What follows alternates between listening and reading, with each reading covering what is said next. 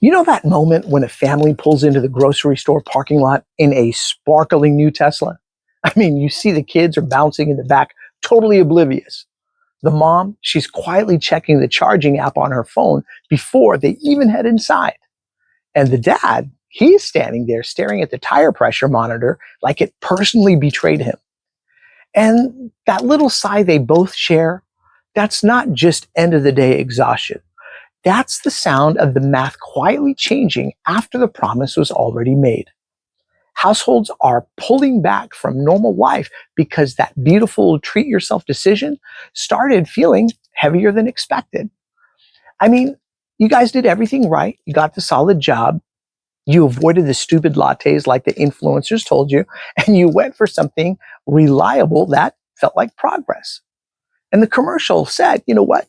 Drive into the future.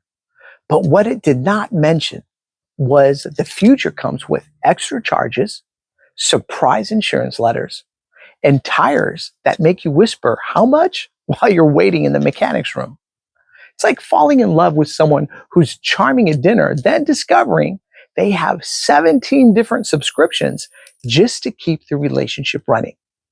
And you thought you bought transportation, but it turns out you signed up for a rolling software update with wheels. And once that realization hits at the kitchen table around 11 p.m., when the insurance renewal pops up 25% higher, that's when the quiet editing of life begins. One parent starts putting the fancy yogurt back on the shelf. Another is reopening Indeed after promising themselves they were done with side hustles. And the couple who used to eat out without even thinking about it now studies the menu prices in the parking lot before deciding, maybe we're going to cook tonight. And that's the emotional center of all of this. This doesn't feel like the life anyone was promised. Most of us did the responsible thing, but we have to ask ourselves, why does everything feel tighter? The system sold us this idea that upgrading your ride was part of winning at adulthood. But the fine print, it arrives later. Sticker price on a Tesla Model Y right now might say around $40,000. But 6 years down the road, when you add insurance that treats it like jewelry, charging that adds up when the rates aren't magically cheap anymore, those fancy subscriptions for features you thought should have come standard, suddenly you're closer to $80,000 in real money. Not because anyone was bad with numbers, because the promise moved the goalposts after you committed.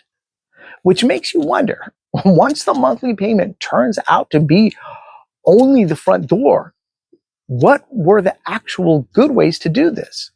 And that's where a lot of people end up standing at the fork in the road, doing the math they wished they'd done with clearer eyes. Some folks go the outright buy route. There are no payments, just you and the car. And it sounds clean enough, right? Until you realize that big chunk of cash could have been working somewhere else, growing instead of sitting in the driveway depreciating. It's like choosing to keep all your eggs in this one very stylish basket. Then comes financing. 20% down, spread the rest out. It feels responsible until the interest and all the extras turn into a longer, more expensive story. You end up with an asset at the finish line, sure, but you paid extra for the privilege of time. And then comes leasing. And leasing is the smooth talker of this group.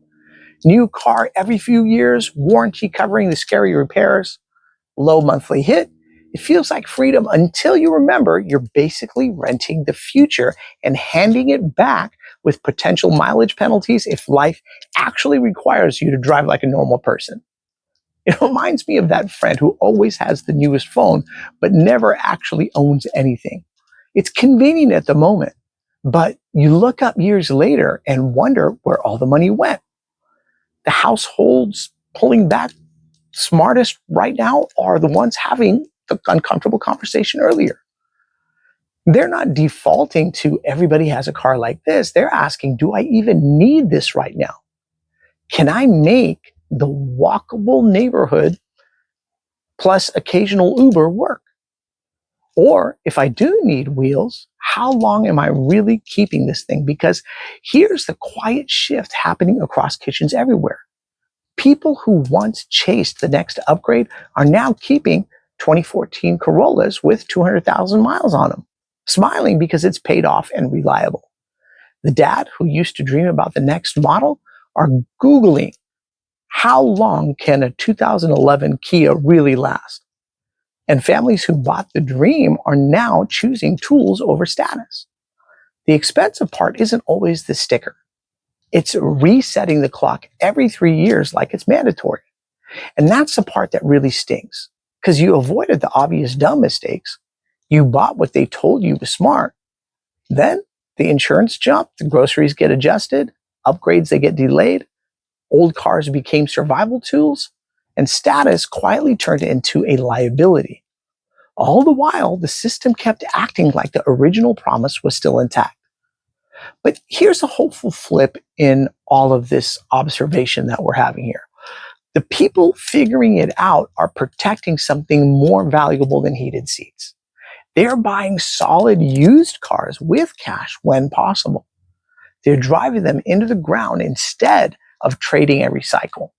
And they're treating the car like transportation again, not a personality subscription. And in doing so, they're buying back little pieces of freedom, the kind that lets you say, yeah, let's go on a family trip, or no to another soul-draining obligation. So if you're feeling that pinch right now, staring at your own version of the tire pressure monitor that owes you money, you're not crazy, and you're definitely not alone. Millions of households are having the same quiet recalibration right now. The gorgeous Tesla, it's still gorgeous, but the math behind normal life got quietly repriced.